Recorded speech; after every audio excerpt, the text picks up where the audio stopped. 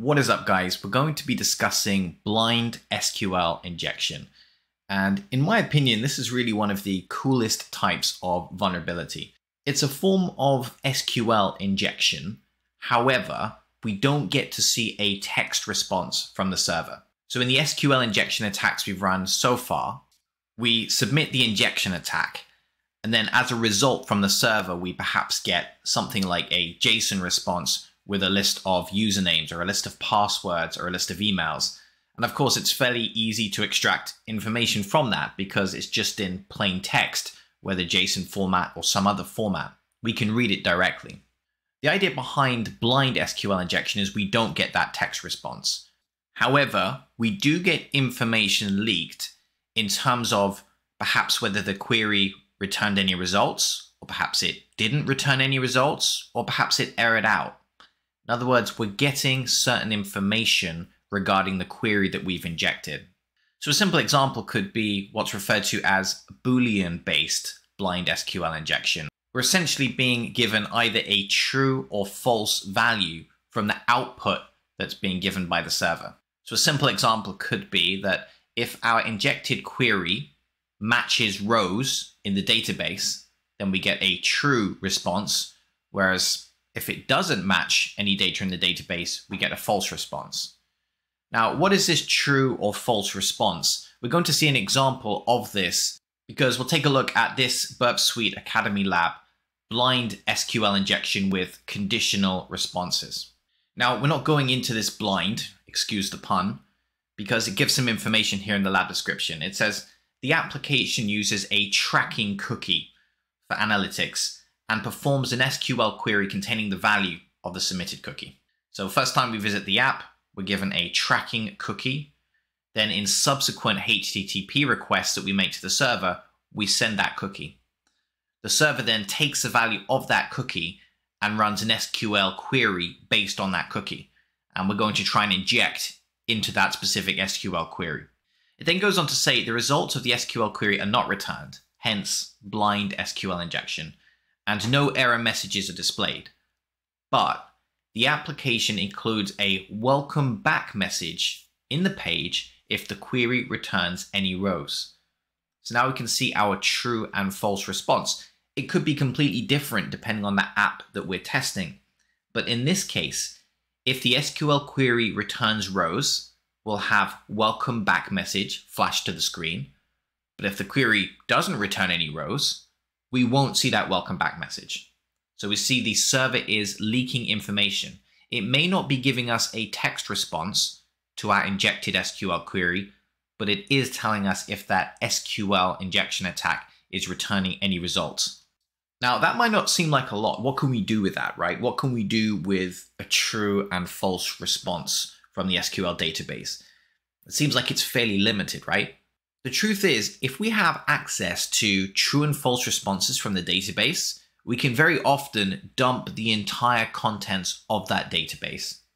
In other words, this is no less dangerous than an SQL injection attack that actually just dumps all of the data in the database to us in plain text. The only difference is with blind-based SQL injection, it takes quite a period of time to extract the data. It's not instant, such as in the case of a text response. But we can still reach the same end result, which is extracting all of the data from the database. Then goes on to say that the database contains a different table called users with columns called username and password. You need to exploit the blind SQL injection vulnerability to find out the password of the administrator user. So we don't need to extract the entire contents of the database. We simply need to find this administrator user and extract the contents of his password. We can then solve the lab by logging in with the administrator username and password. So without further ado, let's access the lab and let's execute this blind SQL injection attack. So we have Burp Suite proxying traffic. We can just check out the URL here, and we're going to add that specific URL to scope.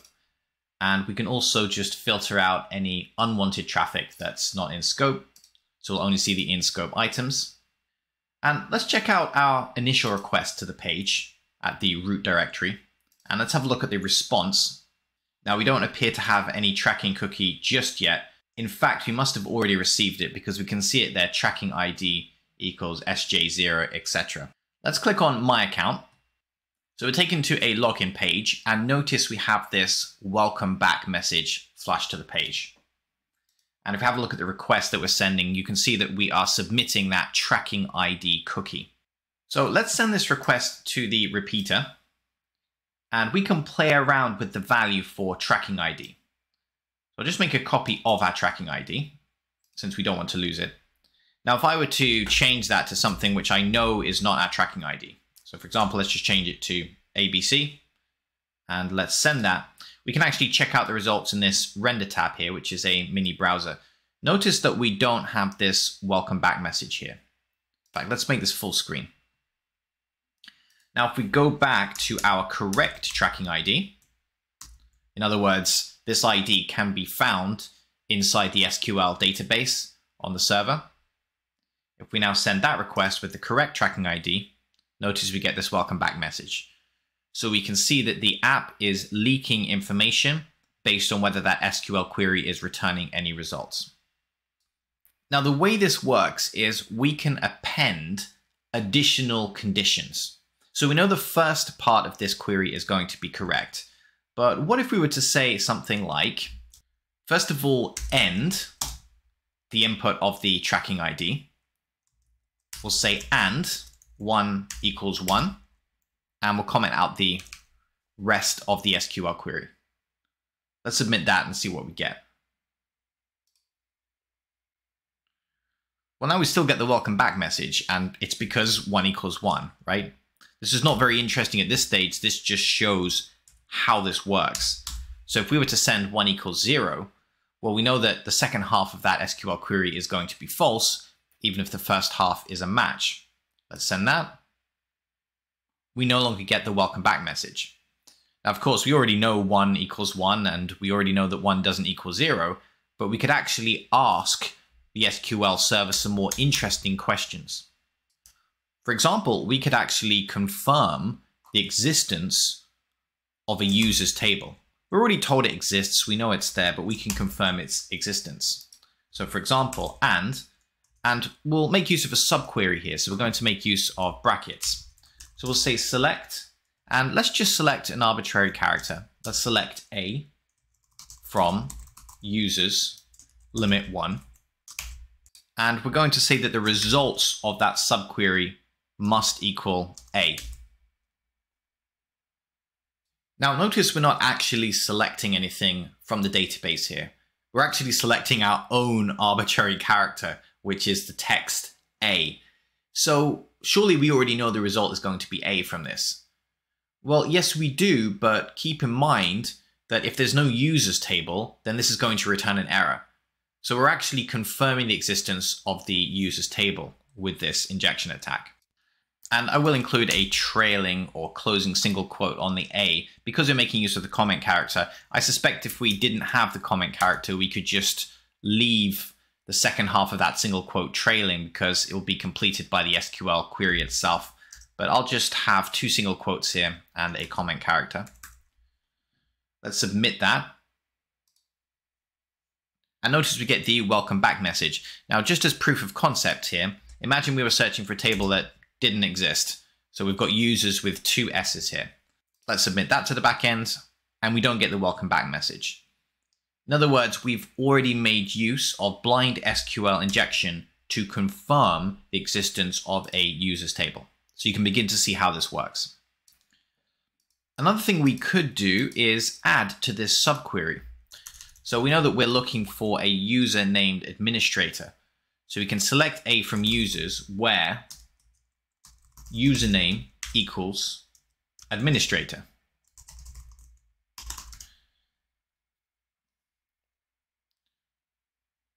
So let's send that to the back end.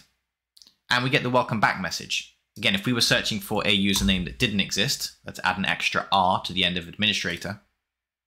We don't get the welcome back response because it's trying to select something from the users table where username equals followed by a username that doesn't exist.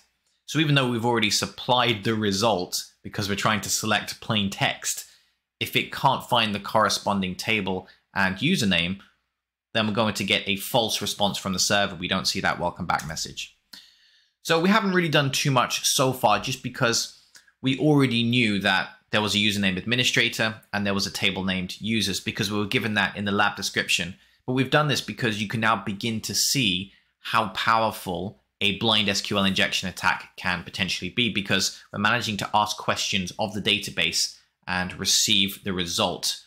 So now let's turn our attention to the password field from this row in the SQL result. And we can make use of a function known as length, because the first thing we can do here is try and establish the length of this password.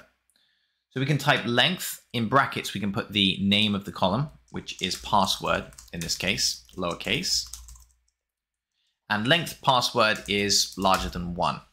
Now it's very likely that the password is going to be larger than 1. We just need to make sure we close our brackets here. Let's submit that to the backend. So we'll just fix our syntax here. So we have the length of the password, and then larger than 1 needs to appear outside that. Let's try sending this. We want to make sure we get this welcome back message. So it's accepted that query. And basically what we're learning here is that the length of the password is larger than 1 character. Now, this is why blind SQL injection can take a lot longer than a situation where we receive a text response from the server, because we essentially need to start making use of brute force in order to extract data. So an example of that is if I send larger than 2, send it to the back end, we now know that there are at least 3 characters in the password, and we have to keep doing this until we got a false response from the server. Now, there's nothing wrong with doing this manually. It obviously just takes a long time. And part of the purpose of having a tool like Burp Suite is it helps us with these types of brute force situations. And we can make use of the Intruder tab for this. So I'm going to right click on the request and I'm going to choose Send to Intruder. Let's head on over to the Intruder tab. And here we get the opportunity to define the location of the payload that we want to iterate over. So we want that to be automated. We want it to automatically try larger than 3, larger than 4, larger than 5. We want that process to be automated. We can just come back and have a look at the result and see how long the password is. Now this squiggly character refers to the payload. So we're going to choose the option clear payloads first of all. So there's no payload selected. Now where is that payload? It's here. We want to iterate over this number. So we're going to highlight that and choose add payload. So as Burp calls it, it's a payload marker. And you can see we have 1 payload marker either side of the value that we want to iterate over. So the next step is to define the payloads that are to be submitted where that number is located. So let's go to the payloads tab and we can choose this option payload type. And let's choose numbers. And we want to iterate from 1, which we've already done, so we don't technically need to do that again. And let's iterate from 1 to 50. We have this step, so it just tells us what the interval is between our payloads. So if we set step 1, it's going to try all of the numbers. But if we set step 2, it's going to start at 1, it's going to jump to 3, then to 5, etc. We want to try all of the whole integers, so we're going to choose step 1. How many is kind of implied here. That's really for the random option. So we have our payloads now set up. And at this stage, we can choose the option to start attack. Now, just so you know, Intruder is very fast. However, if you have the community edition of Burp, then it's going to throttle the Intruder requests. So this is actually going to take quite a while if you have the community edition. That's what we're running right now. If you want the very fast version of Intruder, then you're going to need to shell out the cash for the full version of Burp Suite. But just to show you that you can do this with any version of Burp, we're going to be running the community edition for this. Now, it's still fairly good, but depending on the amount of payloads, you might want to just set the Intruder to work, come back a bit later once it's navigated through all of the payloads. So you can see it's trying all of the different numbers here. And one thing I like to pay attention to is the length of the response. Because what we can expect here is that when we get that response with welcome back, the length of the response is going to be different from a response when we don't get welcome back, for example. So you can see straight away that as soon as we get to 20, we actually get a 3307 in terms of length, which is shorter than all of the previous lengths which are 3368. So what that means is for these responses, and we can see the output here, we are going to be getting the welcome back message. So for example, the last request where we got the welcome back message is when we ask the SQL database, is the password larger than 19 characters? And the response is yes, because it says welcome back. But as soon as we ask the SQL database, is the length of the password larger than 20 characters? We don't see that welcome back message. In other words, we get a false response from the server. What can we conclude here? The password is exactly 20 characters in length. Now, I've always historically done this by length and filtered by length, but there is actually a way to grep or search the output of these HTTP responses. For example, if we go to options, we have the option to grep the HTTP responses. We'll make use of that option next, just so you can see how it works. But before we do that, let's move on to the next stage of our attack. So we now know that the administrator password is exactly 20 characters long. We actually want to start extracting the letters inside that password. One thing that I'd like to quickly point out here is that the very fact that we're going to be able to do this means that these passwords are stored in plain text in the database. So that's a huge vulnerability in itself. If we were only able to extract the hash of the password, that can sometimes still be valuable. Perhaps we can maybe crack that password using hash tables, for example, but there's a chance we just won't be able to figure out the password if we only get the password hash. So it's a lot less dangerous. So in some senses, there are actually multiple vulnerabilities here because not only do we have this potential blind SQL injection attack vector here, but we also apparently have a database full of plain text passwords. So it's a double vulnerability in a sense. So let's modify our subquery here. In fact, we're going to get rid of most of the subquery. Now we're going to choose select substring. So this is a function that allows us to extract part of the string contained in that database cell. And we're interested in the substring in the field password. And this takes 3 parameters. So we have the name of the column, which is password. We then have the location in the string. And this is 1 indexed. So this is actually the first location in the string, not 0. And we also have how many characters. So we're just interested in figuring out what the first character of the password is. So we've got the password field, we've got character at the first location in the string, and we're just interested in the first character itself. So it's a string length of 1. And remember, we're selecting this from the users table, where username equals administrator.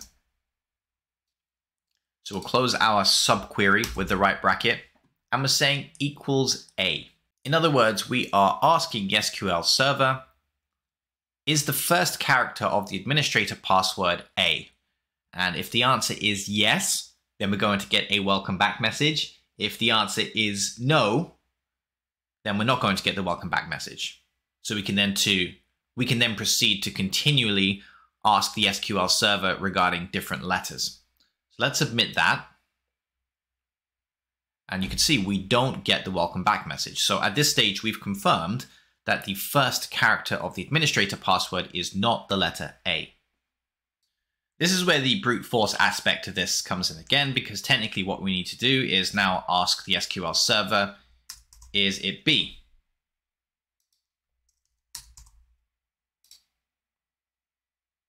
And again, you can see the answer is no. If we wanted to just manually iterate through all of the characters in the alphabet and all of the numerical digits, well, feel free to do that, but it's obviously going to take a lot of time. Besides, this is just character 1 of 20, and we actually want to get through all 20. So if you think about that, we're actually talking about around 700 different HTTP requests to extract this password from the database. Now, just so you know, although it's kind of logical to ask the server, is it A, is it B, is it C? This is not actually the most efficient way to tackle this problem.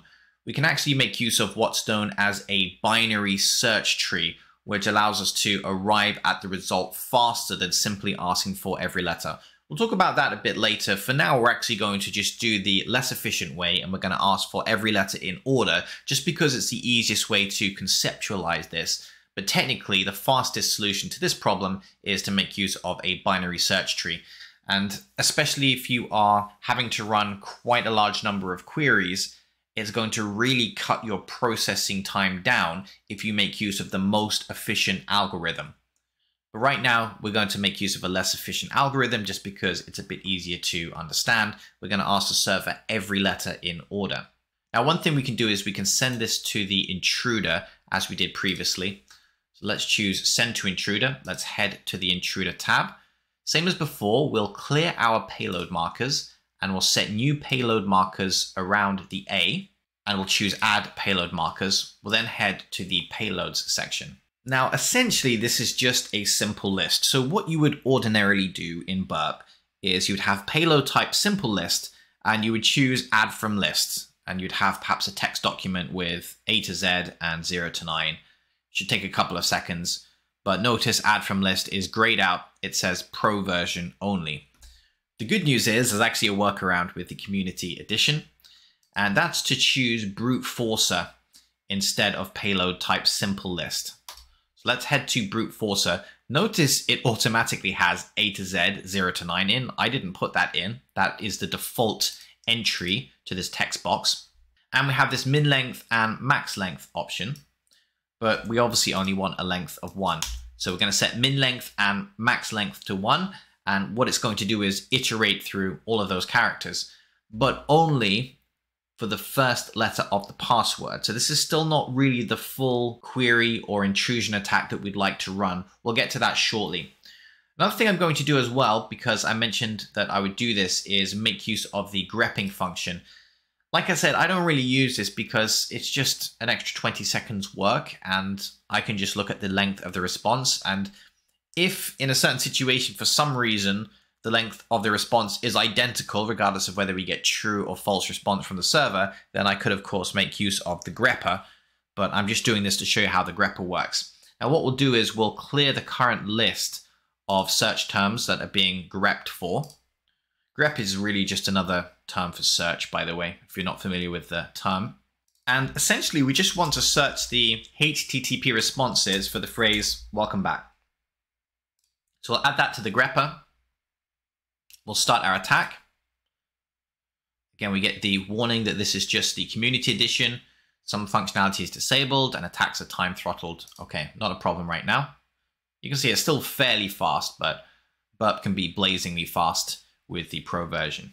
So you can see it's slowly cycling through everything in order. So we've got A. Notice straight away with that S, we have a different length. We've got 3368, whereas all of the other lengths are 3307. We also have an additional column here. Let me expand this. This column is named Welcome Back, and it's named that because it's the term that we are grepping for. And you can see that it has a 1 in that column to indicate that this specific request, when it was searched, contains the phrase welcome back as part of the HTTP response. And if we have a look at the response, we can actually make use of this render option. We can probably find the welcome back in the raw response. There we go, welcome back. And if we choose the render option, we'll see welcome back load up. So what have we learned here? We've learned that the first character of the administrator password is S. Now the only problem is there's another 20 characters that we need to get through. And one way of achieving this is just to do the same thing 20 times, right? We've done it once, and all we technically need to do, if we close this for now, and we head back to the repeater, is select substring password at the second index. So the second position in the string. Again, we'll just extract one character. We'll send this again to the intruder and actually just make use of the same payloads. And every time we do that, we can just add a character to a notepad document. You know, we'd probably be here for the next half an hour or so, but we would eventually get the result. Question is, can we speed this up? Because we definitely want to automate things. And especially as the size of these penetration testing problems gets larger, the more efficient our method, it can have a big impact on whether we even get to the point where we solve the problem or not. So we really want to set up some kind of intrusion attack where we can just let the software do the work. We can just set up the appropriate attack. We can leave our computer, even if it's time throttled because we're using Burp Suite Community Edition, we can go and do something else. We can come back and we'll just have the solution on our screen. So let's head back to the intruder because we already have a decent request in place. And if we think about this problem, what we actually have is two payloads that we need to iterate over. Because we want to iterate over A to Z, 0 to 9, but we also want to iterate over this value here because this is the position in the password string that we are filtering for and asking the database which character it is. So we can add a second payload marker. So we now have two payload markers. We have the position in the password string and we have the character that we're checking for. Now, one thing to keep in mind if you just have a look at these attack types here. So we're on Sniper at the moment, and it says this attack uses a single set of payloads and one or more payload positions.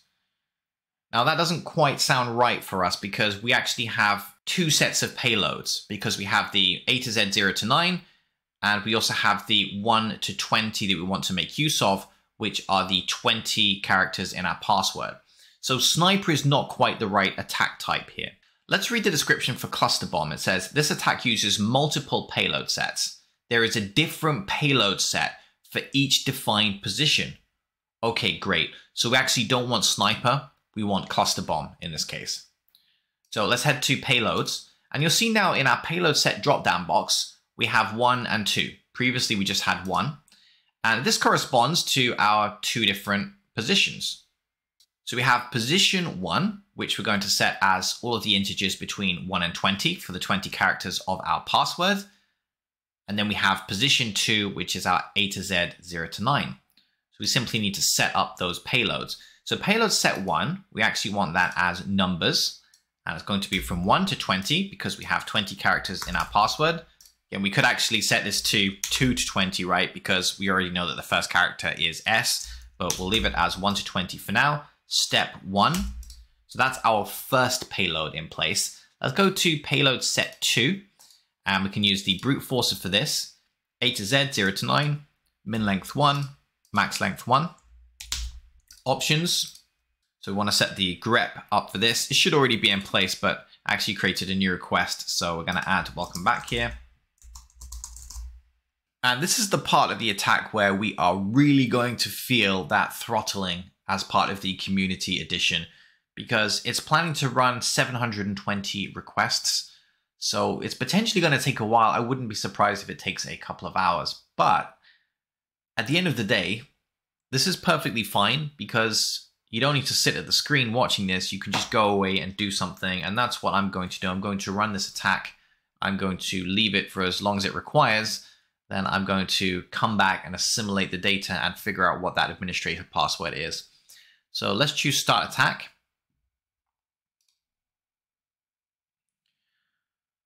Let's just get a feel for what's going on. So you can see it's actually trying the character A for all of the positions in the password. So it's not going a password position at a time. It's actually going a alphabet character at a time. And basically saying, so for the letter A, is that position 1? Is it position 2? Is it position 3? Through all of the characters, A to Z, 0 to 9. You see at the bottom, it's got 40 of 720. I think this will begin to slow down as we get closer to 720, so it could take a while. So I'm going to pause the video. I'll be back shortly once this is complete. Okay, I don't know exactly how long that took. I'm guessing a few hours. Seems to have been running for a very long time. So let's think about sorting by our welcome back, because here we'll get all of the HTTP requests of interest toward the top. And it's really just a case of listing the characters in the password in the correct order. So we have the number under payload 1, and then we have the relevant letter under payload 2. If we click around in these columns a bit, we should be able to sort by both, hopefully. We'll sort by payload, and we'll also sort by welcome back after sorting by payload. See if we can get what we want here. All right, so it took a bit of clicking there, but we have all of the welcome back marked responses in order of payload 1. So it's actually just a case of copying the characters from payload 2. And this is our password. So we have S7Z. I think that's an L. It can't be a pipe because it's just A to Z 0 to 9. So we'll assume that's an L. RV60Y K75 IUW3NF 0t, and that should be the entire password because it's only 20 characters. Now at this point, it's entirely possible the lab has timed out, so we'll just try and reconnect to this. Lab seems to be fine, amazingly. So administrator, and let's try this password.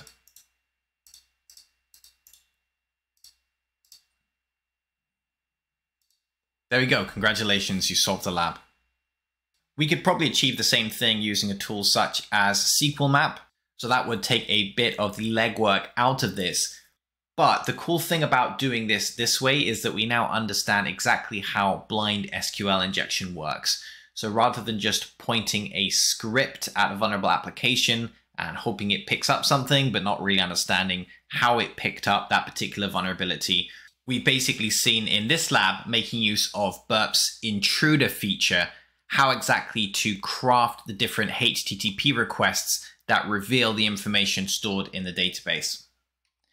Now, one thing we did mention a little bit earlier is this is not necessarily the best algorithm to use. Now, if we just type out the alphabet here, now, of course, we know that we need 0 to 9 as well, but let's just ignore that for a minute. Now, what we were really doing is checking A, then checking B, checking C, checking D. But we mentioned we could make use of what's known as a binary search tree. Now, we won't go into depth on what a binary search tree is, but we will explain briefly the algorithm that actually improves on the brute force method of simply trying each character one after the other. And we can make use of a larger than conditional. So our first request is we can say, let's imagine we are thinking about position 1 in that password. We can say, is position 1 larger than M, for example, and we deliberately pick something that's right in the middle of the alphabet. So we pick M. And if the answer is yes, well, we've actually just halved all of the possible values that could appear as part of that password because we've instantaneously removed all of those initial values. We then take a half point in the middle of that new string. So it could be round about T, I haven't counted exactly. And we say, well, is it larger than T? And if the answer is no, it's not larger than T, well, now we're somewhere in here. So using this binary search tree algorithm, we're able to find the results, or we're able to extract each individual position of the password at a much faster rate. So we wouldn't need those 720 or so requests that were required with Burp Intruder if we can make use of a better algorithm here. All right, I hope you found this a useful introduction to blind SQL injection. Thanks very much for watching, guys.